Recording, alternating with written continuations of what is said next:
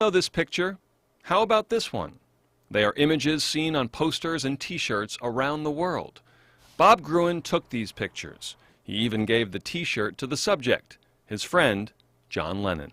I said, you know, if you still have that T-shirt, you know, we're up here on the roof with the skyline all around us, it would be a great time to wear it. And he knew right where it was and went and put it on, and we took this picture. For more than 40 years, Bob Gruen has been photographing musicians. In his West Village apartment, there are thousands of files of photos with the famous and not so famous. Ryan Adams to Penny Arcade, Elvis Costello to the Psycho Sluts from Hell. Mom and Dad, big Psycho Sluts fans? My mom and dad don't know about the Psycho Sluts. Gruen's work is on display at an exhibit called Rockers at the Morrison Hotel Gallery in the East Village.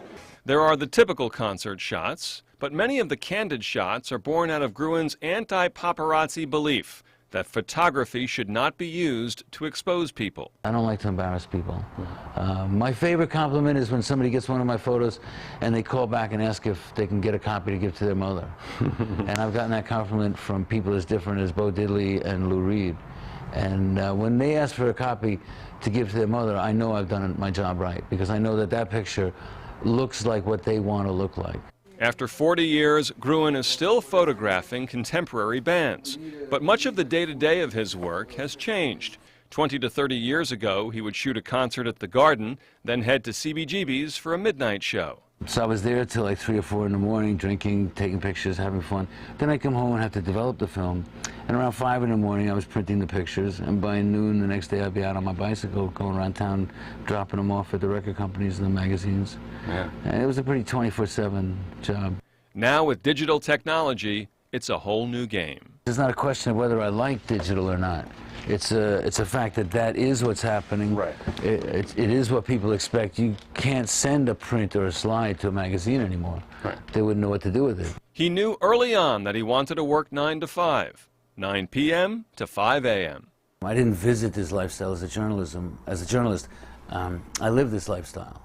You know, I'm part of this lifestyle. I'm not looking at these people. I am part of these people. My dad was bragging to somebody and said that his son was in Japan taking pictures of Kiss.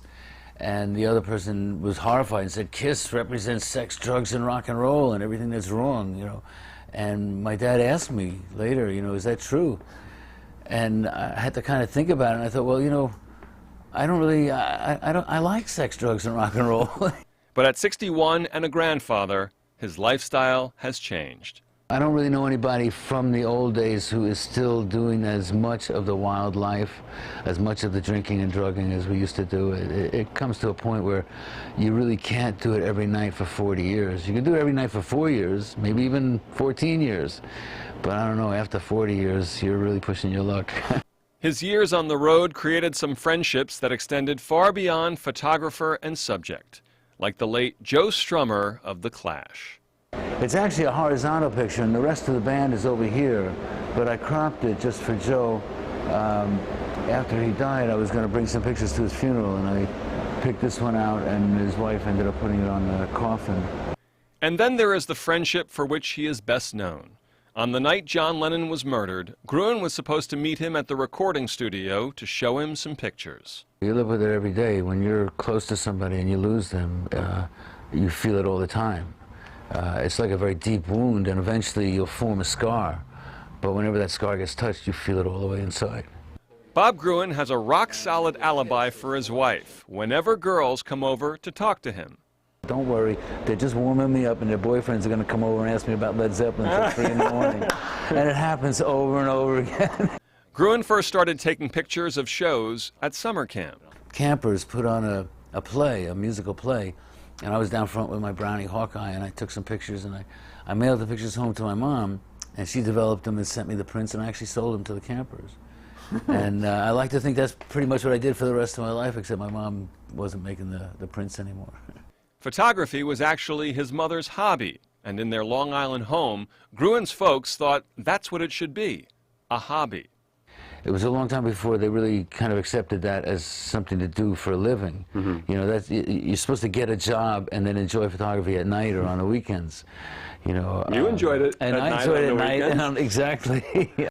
After high school, he came to New York, lived with a rock and roll band, and started a life as a freelance photographer. There's a lot of times when you wondered, you know, if you were ever going to make money, and there were times when I was 3 months behind in the rent and the phone was about to be cut off. But there was one member of his family who suspected that Gruen would prevail. My grandfather said I could make money on an iceberg. You know, I'm kind of a hustler, and I know that if I wake up Saturday morning and I have a date Saturday night and I need some money, I'll find it. Gruen's first photo pass was to an event that would become part of rock and roll lore. Bob Dylan at the 1965 Newport Folk Festival, going electric. I mean, people were cheering, they were booing, they were fighting with each other right in the seats. You know, a lot of the purists thought that this was a folk music place and you couldn't play rock and roll. How was the concert? Don't ask. A lot of times when I'm taking photos, I don't remember exactly what the song they were playing. Like I'll shoot the Rolling Stones or something for 3 songs, and I'll sing along while I'm taking pictures, and then I get off stage and somebody says, well, what songs did they do? And I'll go, I don't even know. I'm thinking f-stops, focusing, timing, lighting. When Gruen first started out, there was no guarantee that the interest in the bands he shot would last this long. When you see a band like Kiss or Alice Cooper, nowadays those are iconic names. When they started out, they were kind of sideshow weirdos. As his career grew, Gruen hit the road with bands like the Sex Pistols, The Clash, who occasionally had him open the show with his bugle.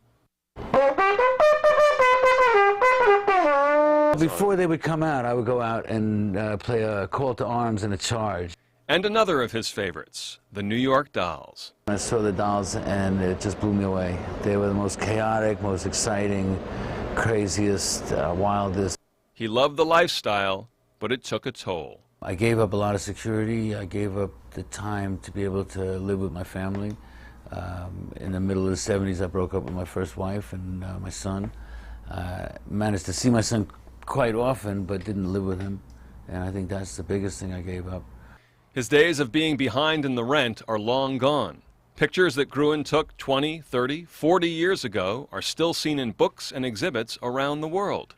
Gruen has an appreciation for the past. Nowadays they can say a band is kind of like Motley Crue but with an Alice Cooper singer. Well, when I saw him, Alice Cooper wasn't compared to anybody. You know, Tina Turner is not like anybody. And so I kind of saw a lot of originals. And yet, with a wife, granddaughter, and new bands to shoot, Gruen says he is not living in the past. Somebody once asked John Lennon when he was going to reform the Beatles, and he answered, when are you going to go back to high school? You know, there are things you do and you enjoy, and you even miss a little bit, but you wouldn't go back and do it again. You know, there's so many more things to do. Why would I want to go back? I've already done that. One-on-One with Bob Gruen, Budd Mishkin, New York 1.